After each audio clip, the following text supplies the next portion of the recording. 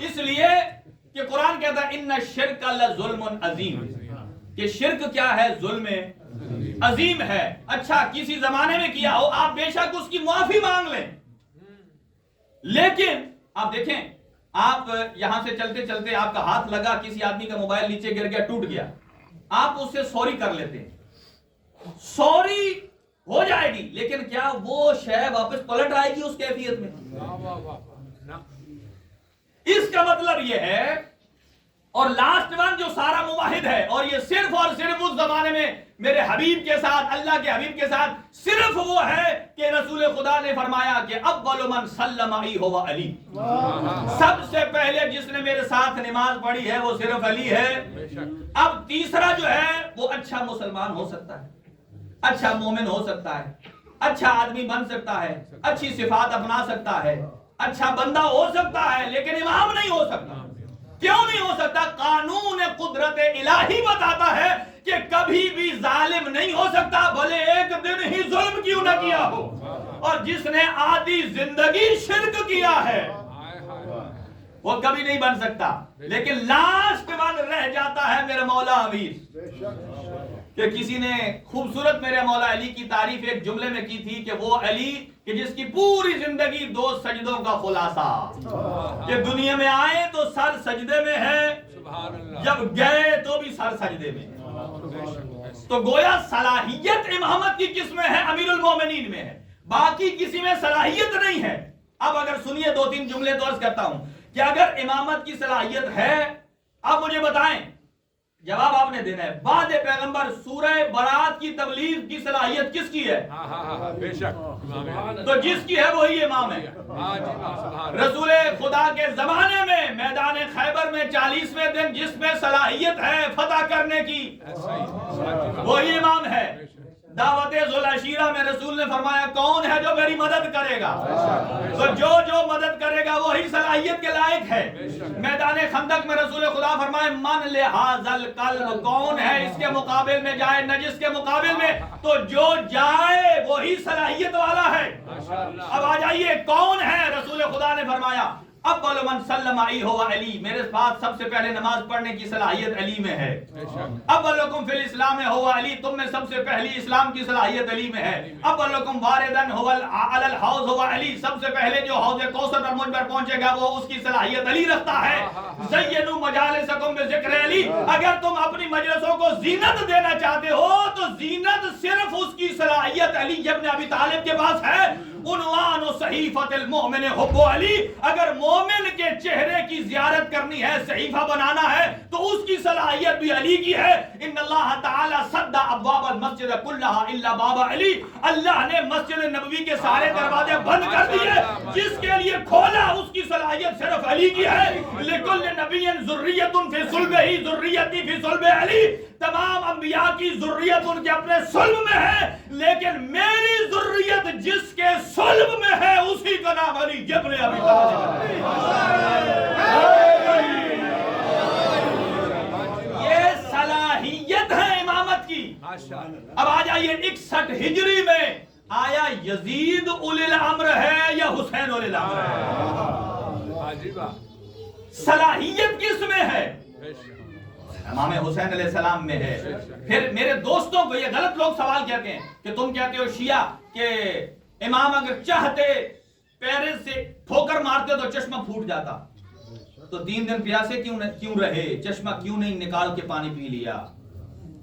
انہیں پتہ نہیں ہے ما تشاءون الا ان یشاء اللہ کیا ہے۔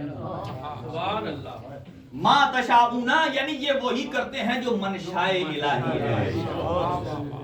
علم امامت سے سب جانتے ہیں، لیکن کرتے وہ ہیں کہ جو علم ظاہری کے پابند ہیں، علم ظاہری کے پابند ہوتے ہیں۔ اب آ جائیے میں اسی جملے سے آگے ملاتا ہوں، اسی امامت کا تعارف کرایا علی کی بیٹی نے۔ دیکھیں مصائب کے اندر بھی فضائل ہیں، نظریہ امامت کیسے ہے۔ جب خیام کو آگ لگ گئی اور آئیں دختر پیغمبر امام سجاد کے پاس، فرمایا بیٹا سجاد خیام سب جل گئے ہیں، اب ہم کیا کریں؟ فرمایا علیکن بالخروج، باہر نکل جائیں۔